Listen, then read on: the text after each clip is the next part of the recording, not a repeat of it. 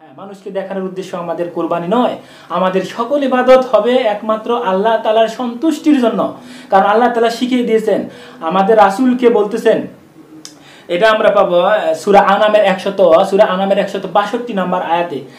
আল্লাহ রাসূলকে বলতেছেন, কুল, হে নবী তুমি বলে দাও, ইন্না সলাতি ওয়া নুসুকি, আমার নামাজ, আমার নুসুকি, আমার সমস্ত ইবাদত, তারপরে ওয়া মাহিয়ায়া, আমার জীবন, ওয়া মামাতি, আমার মরণ, লিল্লাহি রাব্বিল আলামিন, সব কিছু প্রতিপালক রব্বুল আলামিনের জন্য। তাহলে আমাদের কুরবানি, আমাদের সমস্ত ইবাদত, আমাদের নামাজ, আমাদের দান সাদাকা সব কিছু হতে হবে আল্লাহ, একমাত্র আল্লাহর উদ্দেশ্যে, মানুষের উদ্দেশ্যে নয়, কাউকে সন্তুষ্ট করার উদ্দেশ্যে নয়। তো এখানে আরেকটা বিষয় আমাদের লক্ষণীয়, সেটা হচ্ছে আমরা অনেকেই নিয়তের মধ্যে একটু গরমিল করি, উদ্দেশ্য আমাদের ভালো থাকে না। দেখা যাচ্ছে আমরা অনেকে গরুর শরীক কুরবানি দেই, 5 জন বা 7 জনে মিলে গরুতে শরিকানা কোরবানি দেই। দেখা যাচ্ছে একজনের ভাগে প্রায় 30,000 40,000 টাকা ভাগে পড়ে যায়। অথচ এই 30,000 টাকা 40,000 হলে আমরা অনায়াসে একটা বড় খাসি, একটা বড় ছাগল আমরা কুরবানি দিতে পারি, সেটা একাকীভাবে। তাই এখানে কোনো সংশয় থাকে না। আর ভাগা কোরবানিতে যখন আমরা যাব, অনেকের মনে সংশয় থাকে, সন্দেহ থাকে, সবার মনে একরকম নয়, আর সবার আয় ইনকাম কিন্তু একরকম নয়, কারো অবৈধ হতে পারে, কারো সুদের টাকা থাকতে পারে। দেখা যাচ্ছে যে এখানে সংশয় বা সন্দেহ বিরাজমান। তাহলে আমরা মনে করি এখানে আরো বড় সংশয় হচ্ছে বা সন্দেহের বিষয় হচ্ছে, কিছু সংখ্যক আলেম উলামা এভাবে বলেছেন যে ভাগা কোরবানির ক্ষেত্রে যদি কোনো একজনের যদি ওই ভাগা কোরবানিতে টাকা অবৈধ হয়, সুদ ঘুষ বা যে কোনো অবৈধ সম্পদ থাকে মিশ্রিত, তাহলে ওই একজনের কারণে বাকি সবার কোরবানি কবুল হবে না। তাহলে এটা কত বড় মারাত্মক বিষয়, সংশয় এবং খুব বিপজ্জনক। এর থেকে আমাদের উচিত যে আমরা ভাগা কোরবানিতে যদি 20-30 হাজার টাকা ভাগে পড়ে, তাহলে আমরা ওই টাকা হলে একটা ছাগল একাকী কোরবানি দিতে পারি, এখানে কোনো সংশয় থাকে না। কিন্তু না, আমরা এই কাজটা করি না। অনেকের মনের মধ্যে একটা বিষয় কাজ করে, সেটা কি, আমি ভাগা কোরবানি দিলে গরুতে গেলে বেশি একটু মাংস পাইতাম, আমার ছেলেমেয়েরা পরিবারে বেশি মাংস খেতে পারবে, এরকম একটা উদ্দেশ্য কিন্তু কাজ করে। আর ছাগল একাকে দিলে ছাগলে একটু মাংস কম পাবো, এইরকমও যদি কারো উদ্দেশ্য থাকে, তাহলে তার উদ্দেশ্য তো মানুষের জন্য আর নিজের স্বার্থের জন্য, আল্লাহকে সন্তুষ্ট করার জন্য নয়। তাহলে তার এই কোরবানিও কিন্তু কবুল হবে না। তাহলে আরেকটা বিষয় হচ্ছে যে খুব সেনসিটিভ বিষয়, সেটা হচ্ছে যে বেনামাজি। আমরা যারা কোরবানি দেই, দেখা যাচ্ছে ম্যাক্সিমাম এই হচ্ছে বেনামাজি বলতে মাঝে মধ্যে জুমার নামাজ পড়ে, ঈদের নামাজ পড়ে, মাঝে মধ্যে এক ওয়াক্ত পড়ে, একে আমরা নামাজি বলতে পারি না। না, ইনিও বেনামাজির অন্তর্ভুক্তই হবে। বেনামাজি অর্থাৎ যারা নামাজ ত্যাগ করেছে, মানে পুরোপুরি 5 ওয়াক্ত সালাত আদায় না করলেই তাকে বেনামাজি হিসেবেই অন্তর্ভুক্ত করা হয়। তো বেনামাজিদের কোরবানি কবুল হবে না। এমনকি বেনামাজির অন্য কোনো দান সাদাকা, হজ, যাকাত, রোজা কোনো ইবাদতই আল্লাহ কবুল করেন না। এর কারণ হচ্ছে আমরা হাদিস থেকেই জানতে পারবো স্পষ্টভাবে। কারণ বেনামাজিকে হাদিস থেকে রাসূল সাল্লাল্লাহু আলাইহি ওয়াসাল্লাম বলেছেন যে বেনামাজি হচ্ছে কাফের যদি হয় তাহলে তো তার কোনো ইবাদত কবুল করবে না। যেমন হিন্দুর ইবাদত কবুল হবে না, খ্রিস্টানের বিধর্মীদের ইবাদত কবুল হয় না, তেমনি বেনামাজি যেহেতু কাফের, হাদিস থেকে আমরা সেটা জানবো একটু পরে ইনশাআল্লাহ, তাহলে বেনামাজিরও তাহলে কোরবানি কবুল হবে না। শুধু তাই নয়, বেনামাজিকে মুশরিকও বলা হয়েছে। হাদিস থেকে বোঝা যাচ্ছে যে নামাজ ত্যাগ করলে সে মুশরিক হয়ে গেল। মুশরিক মানে শিরককারী, তাহলে তারও ইবাদত আল্লাহ কবুল করবে না, তার কোরবানিও কবুল করবে না। যে আপনি এত কোটি কোটি টাকা অহেতুক কেন ব্যয় করছেন? কেন ব্যয় করছেন? আপনার কোরবানির চেয়ে নামাজ, 5 ওয়াক্ত নামাজ হচ্ছে গুরুত্বপূর্ণ ইবাদত। আসসালামু আলাইকুম ওয়া রাহমাতুল্লাহ। আলহামদুলিল্লাহি ওয়াহদা ওয়াসসালাতু ওয়াসসালামু আলা মান লা নাবিয়্যা বা'দা। প্রিয় মুসলিম ভাই ও বোন, আজকের আলোচনার বিষয় হচ্ছে কি কি কারণে কোরবানি কবুল হবে না। সে বিষয়ে আজকে সংক্ষিপ্ত আকারে আলোচনা করব ইনশাআল্লাহুল আজিজ। যে সকল কারণে কোরবানি কবুল হবে না, তার মৌলিক 10টি কারণ আজ উল্লেখ করব। তার মধ্যে প্রথম 2টি কারণ হচ্ছে সকল ইবাদতের ক্ষেত্রেই এই কারণ 2টি প্রযোজ্য। 1 নম্বরে হচ্ছে ইখলাসুন নিয়াত। যদি আমাদের নিয়াত যদি বিশুদ্ধ না হয়, অর্থাৎ আল্লাহর উদ্দেশ্যে যদি আমাদের ইবাদত না হয় তাহলে যে কোনো ইবাদত কবুল হবে না।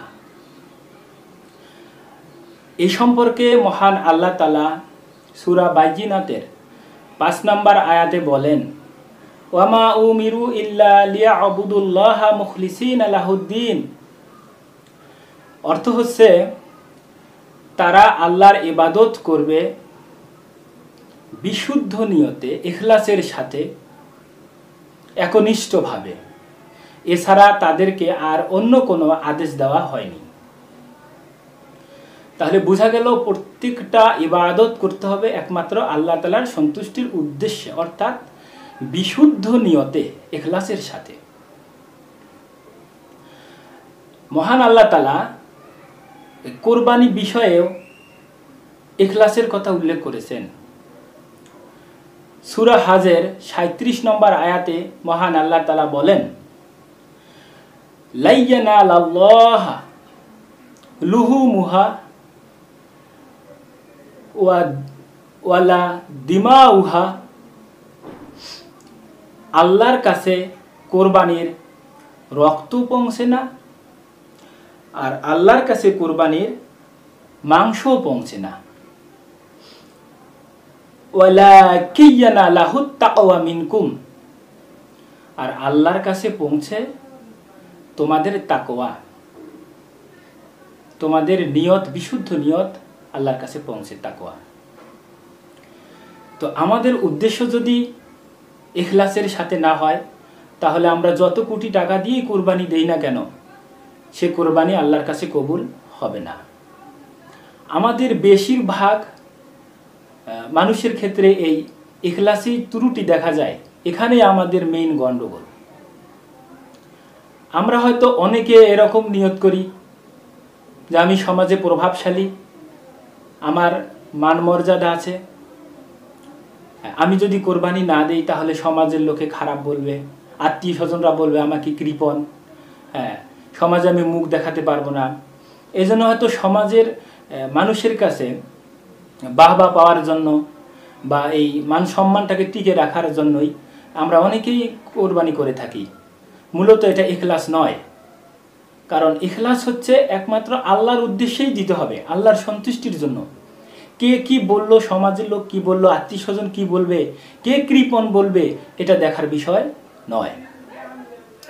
তো আমাদের উদ্দেশ্য হবে একমাত্র আল্লাহ তাআলার সন্তুষ্টির জন্য। 2 নম্বর কারণটি হচ্ছে আমাদের যে কারণে কোনো ইবাদতই কবুল হয় না, তার 2 নম্বর কারণটা হচ্ছে যে প্রত্যেকটা ইবাদত আমাদেরকে করতে হবে তরিকায় মুহাম্মদ সাল্লাল্লাহু আলাইহি সাল্লাম, অর্থাৎ রাসূল সাল্লাল্লাহু আলাইহি সাল্লামের পদ্ধতিতে, তার তরিকায় আমাদেরকে ইবাদত করতে হবে। আমরা যদি রাসূলের অনুকরণ না করে রাসূলের পদ্ধতিকে উপেক্ষা করে বাদ দিয়ে অন্য কারো পদ্ধতিতে ইবাদত করি তাহলে সেই ইবাদত কবুল হবে না। যত বড়ই বুজুর্গণের পদ্ধতি হোক, ইমাম সাহেবের হোক, মুহাদ্দিস, উলামা কিরাম, যত বড়ই বুজুর্গ বলুক না কেন, তাদের পদ্ধতিতে যদি আমরা ইবাদত করি তাহলে সেই ইবাদত আল্লাহর কাছে কবুল হবে না। এই সম্পর্কে মহান আল্লাহ তাআলা সূরা মুহাম্মদের 33 নম্বর আয়াতে বলেছেন, ইয়া আইয়ুহাল্লাযীনা আমানু, হে বিশ্বাসীগণ, হে ঈমানদারগণ, আতিউল্লাহ ওয়া আতিউর রাসূল, তোমরা আল্লাহ এবং তার রাসূলের আনুগত্য করো। ওয়ালা তুবতিলু আমালাকুম, যদি তোমরা রাসূলকে অনুসরণ না করো, তার যদি আনুগত্য না করো, তাহলে তোমাদের আমলগুলো বাতিল হয়ে যাবে।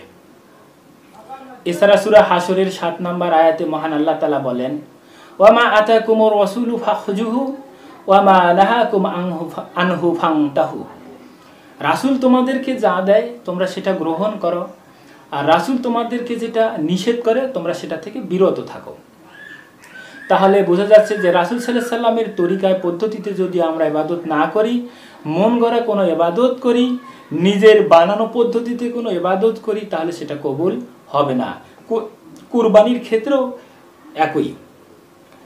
এখন আমরা বিশেষ করে এখন যে কারণগুলো বলবো সেগুলো কুরবানির সাথে সংশ্লিষ্ট বা সংযুক্ত।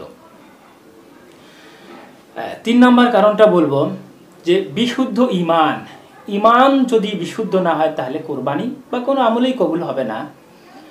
তো ইমান যাদের ভেঙে গেছে, ইমান ভঙ্গের মূলত প্রধান 10টি কারণ আছে, তার মধ্যে একটি প্রধান কারণ হচ্ছে শিরক। তাহলে যে ব্যক্তি শিরক করবে, শিরকে আকবর বা বড় ধরনের শিরক, তাহলে সে আর মুসলিম থাকে না, সে মুশরিক হয়ে যাবে। আর যারা মুশরিক হয়ে যায় আল্লাহ তার কোনো ইবাদত কবুল করে না। যেমন একজন ইহুদি, একজন খ্রিস্টান, একজন হিন্দু যত বড়ই ধার্মিক, যত বড়ই ভালো কাজ করুক, যতই মসজিদ মাদ্রাসা নির্মাণ করে দেখ, লক্ষ কোটি টাকা দান করুক, তাহলে তার কোনো দান সদাগা ইবাদত আল্লাহ কবুল করবেন না, কারণ তিনি মুশরিক, আল্লাহর সাথে শরীক করেছেন। তাহলে আমরা যারা বিশেষ করে বড় ধরনের শিরকে আকবর, বড় শিরকের সাথে যুক্ত, তাদের কোনো কোরবানি আল্লাহ কবুল করবেন না, কারণ শিরককারী তো আর মুসলিম থাকে না, সে তখন মুশরিক হয়ে যায়। এ সম্পর্কে মহান আল্লাহ তাআলা সূরা নিসার 48 নম্বর আয়াতে বলেন, ইন্নাল্লাহা লা ইয়াগফিরু আন ইউশরাকা বিহি ওয়া ইয়াগফিরু মা দুনা যালিকা লিমান ইয়াশা। আল্লাহ শিরকের গুনাহ ক্ষমা করেন না, এছাড়া যে কোনো গুনাহ যাকে খুশি তিনি ক্ষমা করে দিয়ে থাকেন। সূরা মাইদার 72 নম্বর আয়াতে আল্লাহ আরো জটিলভাবে বলেছেন, ইন্নাহু মাইশুরিক বিল্লাহ ফাকাদ হারামাল্লাহু আলাইহিল জান্নাহ ওয়া মাওয়াহুন নার। আল্লাহ বলতেছেন যে ব্যক্তি আল্লাহর সাথে শিরক করবে, আল্লাহ তার জন্য জান্নাতকে হারাম করে দিবেন, আর তার থাকার জায়গা হবে চিরস্থায়ী জাহান্নাম। তাহলে বোঝা গেল শিরক করলে সে চিরস্থায়ী জাহান্নামে থাকবে, আল্লাহ তার জন্য জান্নাতকে হারাম করে দিবেন। তাহলে যারা শিরকের সাথে যুক্ত আছি তাদের কুরবানি আল্লাহ কবুল করবেন না। 4 নম্বর পয়েন্টটা হচ্ছে, কারণটা হচ্ছে খুবই গুরুত্বপূর্ণ, এবং এই কারণটার কারণে আমাদের অধিকাংশ লোকের কোরবানি কবুল হয় না। সেটা হচ্ছে হালাল উপার্জন, বৈধ উপার্জন। যদি আমাদের আয় ইনকাম বৈধ না হয় তাহলে আমাদের কোরবানি আল্লাহ কবুল করবেন না। আমাদের ব্যবসা বাণিজ্য যদি ছলচাতুরি থাকে, প্রতারণা থাকে, ভেজাল মিশানো থাকে, অথবা আমরা মিথ্যা বলে যদি ব্যবসা করি, মিথ্যা বলে যদি মানুষকে ঠকিয়ে বেশি টাকা ইনকাম করি, তাহলে আমাদের এই পয়সায় বৈধ নয়, হালাল নয়, এই পয়সায় কোরবানি হবে না। আমরা যদি সুদের সাথে সম্পৃক্ত থাকি, সুদের সাথে যুক্ত থাকি, সুদের লেনদেনের সাথে অথবা সরাসরি সুদের সাথে আমরা লোন নিয়ে থাকি, লোন নিয়ে বা ব্যাংক থেকে লোন নেওয়া, এটাও সুদের অন্তর্ভুক্ত। যে কোনো উপায়ে যদি সুদের সাথে আমরা সম্পৃক্ত থাকি বা আমাদের অর্থে যদি সুদ জড়িত থাকে, তাহলে ওই অর্থ দিয়ে আমাদের কোরবানি কিনলে সেই কোরবানি আল্লাহর কাছে কবুল হবে না। যত কোটি টাকা দিয়ে আপনি কোরবানি কেনেন না কেন, সেটা আপনার মাংস খাওয়াই হবে, এছাড়া আল্লাহর কাছে এই কোরবানি কবুল হবে না। এজন্য হালাল রুজি উপার্জন খুবই গুরুত্বপূর্ণ। এ সম্পর্কে মহান আল্লাহ তাআলা সূরা বাকারার 168 নম্বর আয়াতে বলেন, ইয়া আইয়ুহান নাসু কুলু মিম্মা ফিল আরদি হালালান তাইয়্যিবা ওয়া লা তাত্তাবিউ খুতুওয়াতিশ শাইতান ইন্নাহু লাকুম আদুউম মুবিন। আল্লাহ বলতেছে, হে ঈমানদারগণ, হে মানুষ সকল, এখানে সবাইকে উদ্দেশ্য করে বলেছেন, ইয়া আইয়ুহান নাস, সব মানুষকে বলতেছে, হে মানব জাতি, তোমরা এই পৃথিবীতে যে আমি হালাল রুজি, হালাল বস্তু দিয়েছি, হালাল খাবার, সেগুলো তোমরা ভক্ষণ করো, সেগুলো খাও। তোমরা শয়তানের পদাঙ্ক অনুসরণ করো না। অর্থাৎ হালাল ছাড়া অবৈধভাবে আপনি যত কিছু ইনকাম করবেন সেগুলো হচ্ছে শয়তানের দেখানো পথ, শয়তানের কাজ, হারাম সেগুলো। কেননা শয়তানের পদাংশ অনুসরণ করবে না, শয়তান তোমাদের হচ্ছে প্রকাশ্য বা চিরকালের শত্রু। আমরা হাদিস থেকেও কিন্তু স্পষ্ট জানতে পারবো। সহিহ মুসলিমের 2216 নম্বর হাদিস, সহিহ মুসলিমের 2216 নম্বর হাদিসে আবু হুরায়রা থেকে বর্ণিত, রাসূল সাল্লাল্লাহু আলাইহি সাল্লাম বলেন, আইয়ুহান নাস, হে মানব জাতি, ইন্নাল্লাহা তাইয়্যিবুন, নিশ্চয় আল্লাহ তাআলা পবিত্র, লা ইয়াকবালু ইল্লা তাইয়্যিবান, আল্লাহ পবিত্র ছাড়া, পবিত্র বস্তু ছাড়া গ্রহণ করেন না। তো এই হাদিস থেকেও আমরা স্পষ্ট জানলাম যে আল্লাহ হচ্ছেন পবিত্র, তিনি পবিত্র বস্তু ছাড়া, পবিত্র দান, টাকা পয়সা পবিত্র ছাড়া কোনো কিছু গ্রহণ করেন না। আল্লাহর কাছে সেটা বর্জনীয়, আল্লাহ কবুল করবেন না। সুনান তিরমিজির 1 নম্বর হাদিসেও সেটা আমরা স্পষ্ট দেখতে পাই। সুনান তিরমিজির 1 নম্বর হাদিসে রাসূল সাল্লাল্লাহু আলাইহি ওয়াসাল্লাম বলেন, লা তুকবালু সালাত বিগাইরি তুহুর, পবিত্রতা ছাড়া সালাত কবুল হয় না, আল্লাহ নামাজ কবুল করেন না পবিত্রতা ছাড়া। ওয়ালা সাদাকাতু মিন গুলুল, আর অবৈধ সম্পদ দান সদকা করলে আল্লাহ সেটা কবুল করেন না। আপনি কোটি কোটি টাকা অবৈধ পথে, হ্যাঁ, সুদের হোক, মিথ্যা বলে ইনকাম হোক, অবৈধভাবে যত কোটি কোটি টাকা আপনি দান করেন না কেন, কোনো লাভ নেই, এক পয়সাও লাভ নেই, আপনার বিন্দু মাত্র সওয়াব বা নেকি হবে না। কারণ আল্লাহ পবিত্র, তিনি পবিত্র ছাড়া কোনো গ্রহণ করেন না। তো এখান থেকেই বুঝে গেলাম আমরা কোরবানি করার সময় ভাবতে হবে আমরা যে টাকা দিয়ে, যে ইনকাম দিয়ে আমরা কোরবানিটা কিনলাম, সেটা আমাদের বৈধ কিনা, হালাল কিনা। আচ্ছা, তারপরে আরেকটা পয়েন্ট হচ্ছে, 5 নম্বর পয়েন্ট হচ্ছে রিয়া বা লোক দেখানো। রিয়া বা লোক দেখানো, আসলে আমাদের অধিকাংশ মানুষ, এই বিশেষ করে কোরবানির ক্ষেত্রেও কিন্তু লোক দেখানো বিষয়টা পরিলক্ষিত হয়। কেন আমরা সমাজে আমরা দেখা যায় যে আমি যত বড় কোরবানি দেব, বড় কোরবানি হলে মানুষ আমাকে বাহবা দিবে, সুনাম হবে, অমুকে এত লক্ষ টাকা, 5 লক্ষ 10 লক্ষ দিয়ে কোরবানি দিয়েছে, এলাকার মধ্যে উনি বড় কোরবানি দিয়েছে, এরকম একটা মানুষ লোক দেখানোর বিষয় মনে মনে কাজ করে আমাদের অনেকেরই। তো যাদের এরকম কাজ করে এটাকে রিয়া বলা হয়। হ্যাঁ, মানুষকে দেখানোর উদ্দেশ্য আমাদের কোরবানি নয়, আমাদের সকল ইবাদত হবে একমাত্র আল্লাহ তাআলার সন্তুষ্টির জন্য। কারণ আল্লাহ তাআলা শিখিয়ে দিয়েছেন, আমাদের রাসূলকে বলতেছেন, এটা আমরা পাবো সূরা আনামের 162 নম্বর আয়াতে। আল্লাহ রাসূলকে বলতেছেন, কুল, হে নবী তুমি বলে দাও, ইন্না সলাতি ওয়া নুসুকি, আমার নামাজ, আমার নুসুকি, আমার সমস্ত ইবাদত, তারপরে ওয়া মাহিয়ায়া, আমার জীবন, ওয়া মামাতি, আমার মরণ, লিল্লাহি রাব্বিল আলামিন, সব কিছু প্রতিপালক রব্বুল আলামিনের জন্য। তাহলে আমাদের কোরবানি, আমাদের সমস্ত ইবাদত, আমাদের নামাজ, আমাদের দান সাদাকা সব কিছু হতে হবে আল্লাহ, একমাত্র আল্লাহর উদ্দেশ্যে, মানুষের উদ্দেশ্যে নয়, কাউকে সন্তুষ্ট করার উদ্দেশ্যে নয়। তো এখানে আরেকটা বিষয় আমাদের লক্ষণীয়, সেটা হচ্ছে আমরা অনেকেই নিয়তের মধ্যে একটু গরমিল করি, উদ্দেশ্য আমাদের ভালো থাকে না।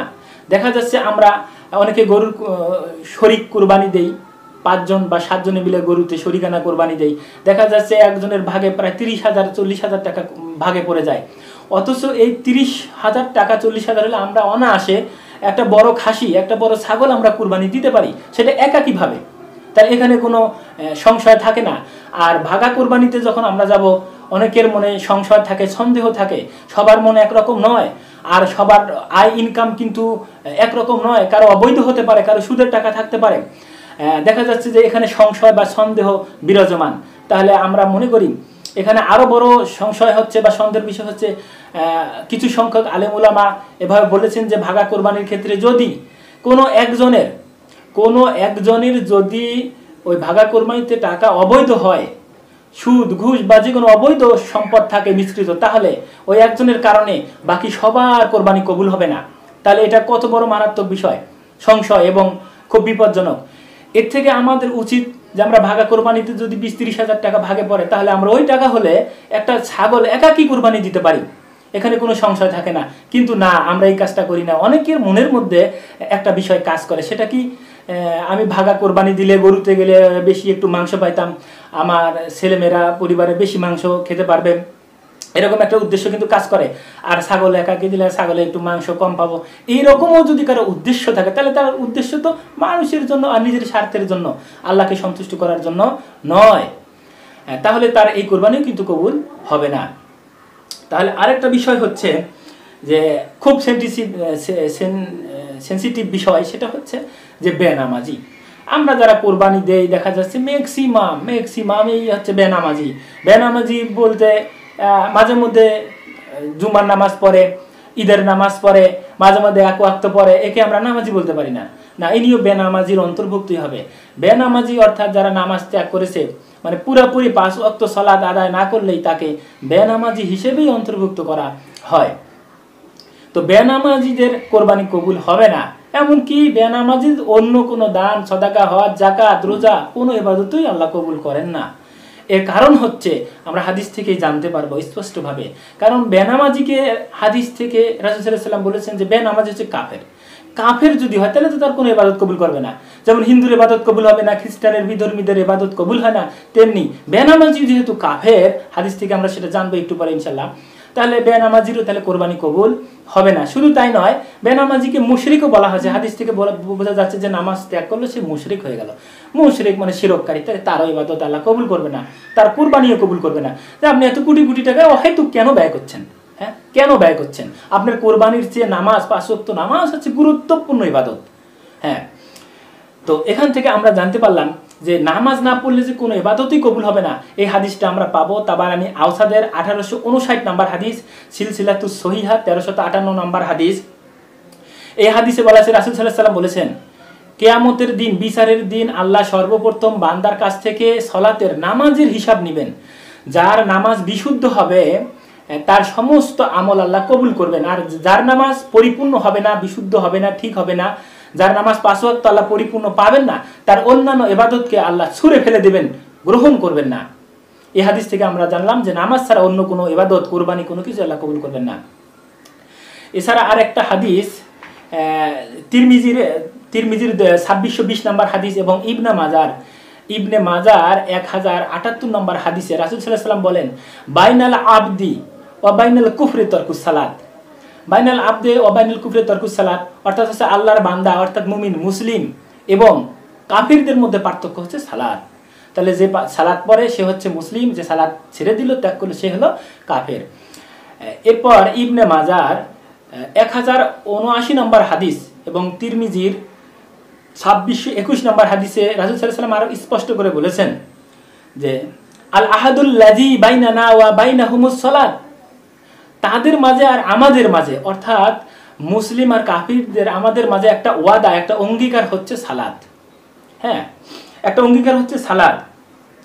ফামান তারাকাহা, যে ব্যক্তি সালাত ছেড়ে দিল, ফাকাদ আশরাকা, ফাকাদ কাফারা, সে কাফের হয়ে গেল। তাহলে ফামান তারাকাহা, যে ব্যক্তি সালাত ছেড়ে দিল, নামাজ ছেড়ে দিল, ফাকাদ কাফারা, সে কাফের হয়ে গেল। তাহলে সালাত ত্যাগকারী অবশ্যই কাফের। এই হাদিস থেকে আমরা জানতে পারলাম। আরেকটা হাদিস থেকে আমরা আরো স্পষ্ট জানবো, ইবনে মাজার 1080 নম্বর হাদিস, রাসূল সাল্লাল্লাহু আলাইহি ওয়াসাল্লাম এখানে বলছেন, ওয়া বাইনাল আবদি ওয়া শিরকি ইল্লা তারকুস সালাত, আল্লাহর বান্দা অর্থাৎ মুসলমান এবং আর শিরকের মধ্যে পার্থক্য হচ্ছে সালাত। তাহলে ফাইজা তরাকাহা, যে ব্যক্তি সালাত ছেড়ে দিল, ফাকাদ আশরাক, সে শিরক করলো। তাহলে যে সালাত ছেড়ে দিল সে শিরক করলো। এই হাদিস থেকে আমরা স্পষ্ট জানলাম যে সালাত ত্যাগকারীর কোনো ইবাদত কবুল হবে না। আচ্ছা, এরপর আমরা আরেকটা বিষয় জানবো, সেটা হচ্ছে কোরবানির পশু সম্পর্কে। কোরবানির পশু, 4 ধরনের পশু দিয়ে যদি ত্রুটি থাকে, 4 রকমের ত্রুটি, তাহলে সেই পশু দিয়ে কোরবানি আমাদের হবে না। সেই 4 ধরনের পশু, এই হাদিসটি পাবো নাসাইর 4369 নম্বর হাদিস। এই হাদিসে রাসূল সাল্লাল্লাহু আলাইহি ওয়াসাল্লাম বলছেন যে 4 ধরনের পশু যদি হয় তাহলে সেটা কোরবানি হবে না। সেই 4 ধরনের পশু হচ্ছে যে কানা, একবারে অন্ধ বা কানা স্পষ্ট, এরকম পশু দিয়ে কোরবানি হবে না। 2 নম্বর হচ্ছে ল্যাংড়া বা খোরাম। 3 নম্বর হচ্ছে রুগ্ন, এত রুগ্ন অসুস্থ পশু, কোরবানির পশু যেটা কোরবানির স্থান পর্যন্ত হেঁটে যেতে পারে না, এরকম পশু দিয়ে কোরবানিও হবে না। 4 নম্বর হচ্ছে একেবারেই বৃদ্ধ, বয়স্ক, একবারে হাড্ডিসার, হ্যাঁ, বৃদ্ধ যেগুলো পশু, শরীরে মাংস নেই, শুধু হাড্ডি, এগুলো পশু দিয়ে কোরবানি হবে না। এই হাদিসটা পাবো আমরা নাসাইর 4369 নম্বর হাদিস। তারপরে আরেকটা বিষয় হচ্ছে যে কিরকম পশু দ্বারা কোরবানির পশুর বয়স কেমন হবে। আসলে হাদিসে কোরবানির পশুর বয়স সম্পর্কে তেমন হাদিস নেই, স্পষ্টভাবে বয়সের কথা বলা হয়নি। হাদিসে বলা হয়েছে যে মুসান্নাহ, মানে মুসান্না হতে হবে, অর্থাৎ দুধের দাঁত পরে আবার দাঁত গজাতে হবে, এটাকে মুসান্না বলা হয়।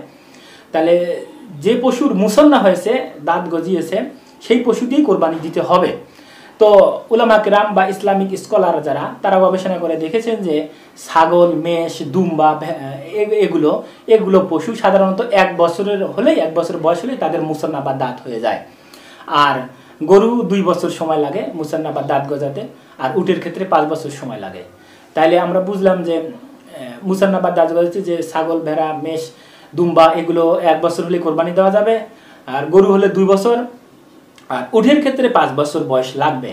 হ্যাঁ, তবে যদি কোনো সংকট দেখা যায়, ছাগল বা পাওয়ার সংকট দেখা যায়, ছাগল, মেষ, ভেড়া, তাহলে কি হবে? তাহলে একটা এক্সেপশনাল, একটা ব্যতিক্রম অপশন রাসূল সাল্লাল্লাহু আলাইহি ওয়াসাল্লাম দিয়েছেন যে ছাগল বা মেষ, দুম্বা এগুলোর বয়স যদি 6 মাস হয়, আর যদি মোটা তাজা হয়, যে চেহারা দেখলে বোঝা যায় যে 1 বছরের ছাগলের মতো, 1 বছরের মেষ বা ভেড়ার মতো, তাহলে সেই 6 মাসের ছাগল দিয়েও ইনশাআল্লাহ কোরবানি হয়ে যাবে, আচ্ছা, আরেকটা বিষয় হচ্ছে কোরবানি জবাই করা সংক্রান্ত, সেটা হলো কোরবানি কখন করতে হবে। যে ব্যক্তি কোরবানি, যার পক্ষ থেকে কোরবানি করা হবে, তিনি যদি নামাজের আগে, ঈদের নামাজের আগে কোরবানি করেন, তাহলে সেটা কোরবানি হবে না, সেটা নিছক মাংস খাওয়াই হবে। কারণ এই স্পষ্ট হাদিস আছে, রাসূল সাল্লাল্লাহু আলাইহি ওয়াসাল্লাম বুখারীর হাদিসে বলেছেন, বুখারীর 5545 নম্বর হাদিসে রাসূল সাল্লাল্লাহু আলাইহি ওয়াসাল্লাম বলেছেন, এটা বিখ্যাত হাদিস, যে এক সাহাবী ঈদের নামাজের আগেই কোরবানি করেছিলেন, রাসূলকে বলেছিলেন, তখন রাসূল বলছে যে না, এটা শুধু তোমার মাংস খাওয়াই হবে, এটা তোমার কোরবানি হবে না, তোমাকে আবার কোরবানি করতে হবে। তাহলে যারা কোরবানি করবেন তারা অবশ্যই নামাজের পরেই করবেন। হ্যাঁ, কোন এলাকায় কখন নামাজ হলো এটা ধর্তব্য বিষয় নয়। আপনার এলাকায় আপনি যখনই নামাজ পড়বেন, নামাজ পড়ে এসেই আপনি কোরবানি করবেন। আর ঈদের দিনে সর্বপ্রথম কাজই হচ্ছে আপনি না খেয়ে, ঈদুল আজহার সময় না খেয়ে ঈদুল আজহার নামাজ পড়তে যাবেন, নামাজ পড়ে এসেই আপনার প্রথম কাজ হচ্ছে কোরবানি করা, আর এই কোরবানির মাংস দিয়েই আপনি খাবার খাবেন। আচ্ছা, আরেকটা বিষয় হচ্ছে সর্বশেষ, সেটা হচ্ছে কোরবানি। আমরা অনেকেই কোরবানির মাংস দিয়ে 10 নম্বর বিষয়, কারণ যে কারণে আমাদের কোরবানি হয় না বা বিশুদ্ধ হয় না কোরবানি, সেটা হচ্ছে 10 নম্বর কারণ, কোরবানির মাংস দিয়েই আমরা, যারা কোরবানি কাটাছেড়া করে, মাংস করে, তাদেরকে কসাইকে আমরা কি করে থাকি, ওই কোরবানির থেকে কিন্তু মজুরি মাংস দিয়ে দেই। কোরবানির মাংস থেকে মজুরি দিলে ওই কোরবানি বিশুদ্ধ হবে না, স্পষ্ট সহিহ হাদিস রয়েছে, তাকে আলাদাভাবে মজুরি দিতে হবে। আর সবার জন্য যেহেতু আপনি মাংস দিবেন, সেই পরিমাণ মাংস যদি দেন তাহলে অসুবিধা নেই, সবাইকে যেভাবে দেন সত্যি ততটুকু দিবেন, এভাবে দিলে অসুবিধা নেই। তবে বিশেষ করে তাকে মজুরির জন্য মাংস থেকে কিছু দিলেই মজুরি, তাহলে ওই কোরবানি বিশুদ্ধ হবে না। আল্লাহ যেন আমাদের সবাইকে এই 10টি কারণ বোঝার তৌফিক দান করেন, আমরা যেন এইভাবে আমল করতে পারি। আল্লাহ যেন আমাদেরকে বিশুদ্ধভাবে ইখলাসের সাথে রাসূল সাল্লাল্লাহু আলাইহি ওয়াসাল্লামের তরিকায় কোরবানি দেওয়ার সামর্থ্য দান করেন, আমরা যেন এভাবেই দিতে পারি। যদি আমার বক্তব্যে কোনো ভুল ভ্রান্তি হয়ে থাকে, আল্লাহ যেন আমাকে ক্ষমা করে, এবং আপনারা যদি কোনো ভুল পেয়ে থাকেন আমাকে স্পষ্টভাবে জানাবেন, ইনশাআল্লাহ আমি আমার ভুলকে শুধরাই নেব। কেন, মানুষ ভুলের ঊর্ধ্বে নয়, আদম সন্তান, রাসূল সাল্লাল্লাহু আলাইহি ওয়াসাল্লাম বলছেন কুল্লু ইবনে আদম খাত্তাউন, প্রত্যেক আদম সন্তানই ভুল করে, তো খয়রুল খাত্তাউনা তাওয়াবুন, তবে সেই ব্যক্তি উত্তম যে ভুল করার পর তওবা করে। তা আমি আদম সন্তান, আমারও ভুল হওয়াই স্বাভাবিক, মানুষ ভুলের ঊর্ধ্বে নয়।